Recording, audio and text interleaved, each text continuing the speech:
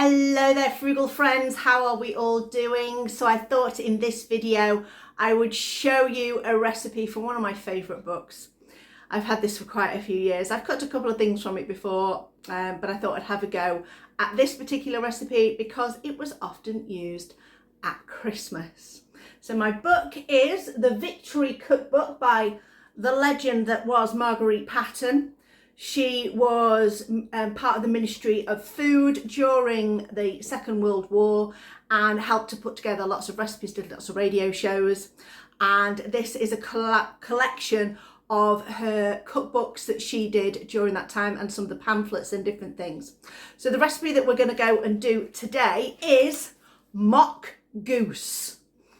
It's quite simple. It's a vegetarian recipe. Now, I have been online as well, and there are a few different versions of it. Now, you can get some meaty versions. This is a vegetarian recipe. And to be honest, it's not going to taste anything like goose at all. But this is what they decided to call it. Don't ask me why. It looks nothing like it. It probably is going to taste nothing like it. However, the ingredients are good. The recipe is sound. And I'm sure it will create a tasty dish. Let's have a go and see how it turns out. So here's the full recipe. I've not gone for these quantities because I'm only serving for two, so I didn't want to double up. So I shrunk it down by roughly half. I've not weighed my potatoes or the cheese, but I've kind of guesstimated on what we've got. So I've got that ready. So I've just sliced up some apple, sliced up my potatoes, grated the cheese, got some dried sage from the garden, and I've got some stock. I just need to get the salt and pepper and we are good to go. I've got this lovely enamel tin, which is probably quite similar to what might have been used back in the day. So I'm going to use that, and it does say to grease the dish.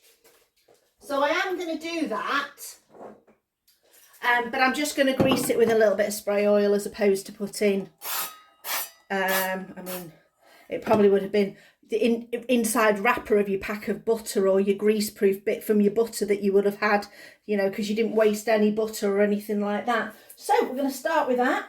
We are going to go in with potato.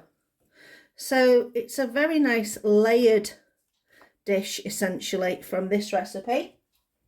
So I tend to put my ends of potatoes at the bottom if I'm making any of this. One, they're often slightly thicker, so they do often need a little bit more moisture from the stock or anything or whatever you're using in there to do it. So then a little bit of apple.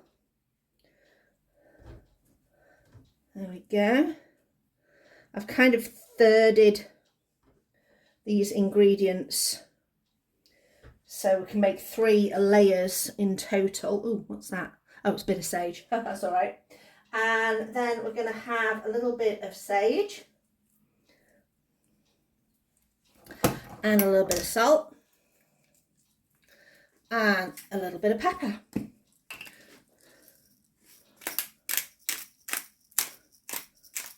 As these are the main seasonings go quite liberally. And then a light sprinkle of cheese.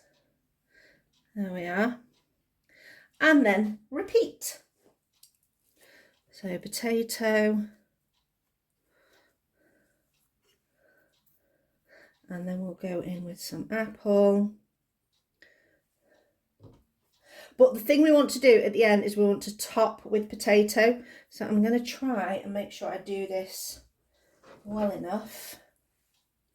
So I might need a little bit more apple in this stage. Actually, thirds isn't going to work. You need to do half apple. So I'm going to pop a little bit more apple underneath. I just realised we need potato, apple, cheese, potato, apple, cheese, layer of potato. So that's the way we're going to do it. So a little bit more apple underneath, a little bit of apple on top. There we go.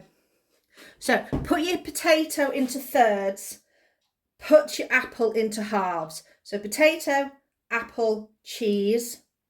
Potato, apple, cheese.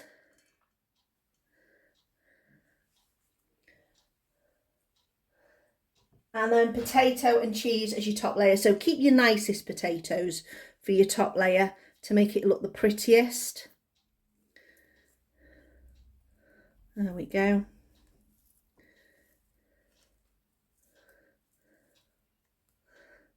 Actually, pop that there. We got just enough. There we go. Nice top layer. Last bit of cheese, because the cheese is the nice golden topping that you end up having on top. Oh, don't forget your sage. Should be potato, apple, cheese, sage. Potato, apple, cheese, sage. Potato, apple. No, potato, cheese. I'm getting confused now. Start again.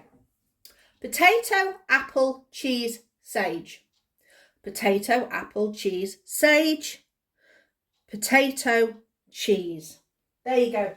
Finally worked it out. And a bit of sprinkle of salt on the top. I didn't put any in the middle layer, so I'm going to season this layer. Just season everywhere. There we go. Now, stock. You're not going to use all this stock. You're going to use about 2/3 of it to get a good layer for cooking. Now it says cook in a moderate oven for 3/4 of an hour. I'm going to cheat. I'm actually going to cover this. I think covering it will work better because it will steam a little bit more.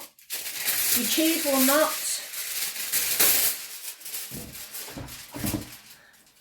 crisp up too much too soon. And then I'm going to put the rest of the stock in later, as it says. It says put in the remainder of the stock with a little bit of flour. And I think that's just to kind of make a nice thickened stock at the end. But there's not enough stock here to cover my whole dish. So I might go in with a little bit more. I'm just thinking from past experience of doing layered potato dishes, that often it works better if you cover it. And obviously, I'm not doing it in the oven. I'm going to go in the air fryer. So, that's all tucked in, ready for the air fryer. So, moderate oven. What was a moderate oven back in the day? I'm probably going to say about 170, although they didn't even measure it in that. So, a moderate oven would have probably been about 3.5 to 4. Which is a roughly 170, 180. But obviously the air fryer goes hotter, so we're probably going to put it in at a slightly lower temperature. I'm thinking more towards, say, 160 in the air fryer for half an hour and then see where we're up to. Right, we've done that half an hour at 160. I'm just going to Ooh. That looks saucy. Take that off. Now, what it says to do next, let's just, actually, before I do anything, let's just test the potatoes. Okay, I can still feel a bit of resistance in there. So what it says to do next, let me just move that to the side, is to use the last bit of stock with a bit of flour. So I'm just going to put in a heaping teaspoon of flour into this stock. Now this stock's gone a bit cool because it's the stock from before, so I'm just going to whisk it like a mad woman to make sure it gets incorporated. There we go. And now we are going to pour that over our mixture. There we go. And then go in for the final part of the cook. Now, in the instructions, it says another 15 minutes. So I think I'm gonna probably go in for that 15 minutes because this is not, yeah, like I say, potatoes not quite cooked yet. So another 15 minutes at, I think 170. feels. This is all about guesstimation and feeling these air fryers until you get used to them and you've cooked things a number of times. So I think 50 minutes at 170 and we'll see where we're up to. Well, I've just pulled it out of the air fryer after that extra 15 minutes. It's still quite liquidy, but let's see if those potatoes are fully cooked.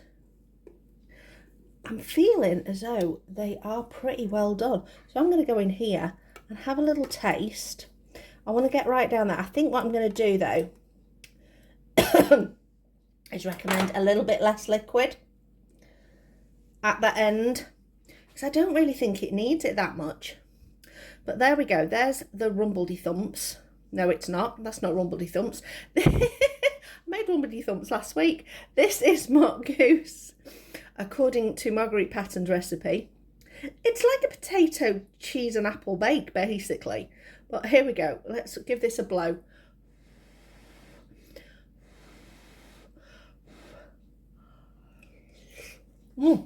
Hot.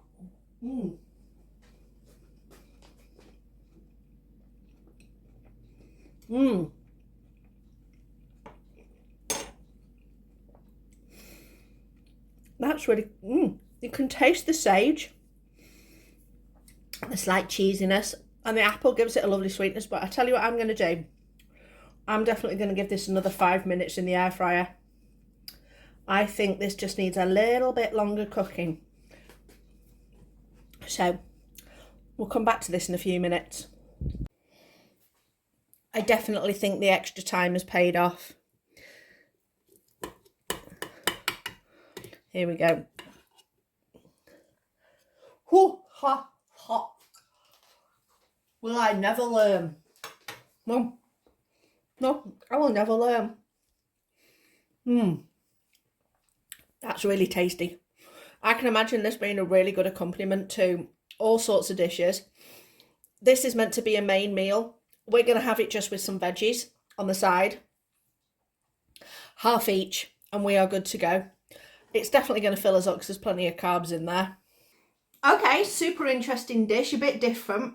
I think I would definitely use less liquid. It's a hard thing to judge because you never know how much is going to get soaked into the potato and how much is going to evaporate. Obviously more would have evaporated if I'd have taken the lid off, but I don't think the potatoes would have cooked as well through. Let me know in the comments below, have you ever made something like this before? And if you would like me to do some more 1940s wartime recipes, a bit more out of the Marguerite Patten book. I don't know if you noticed, I did have a few post-it notes along the sides of the pages for other things to have a try of. Thanks for watching. I hope you enjoyed this video and I will see you next time.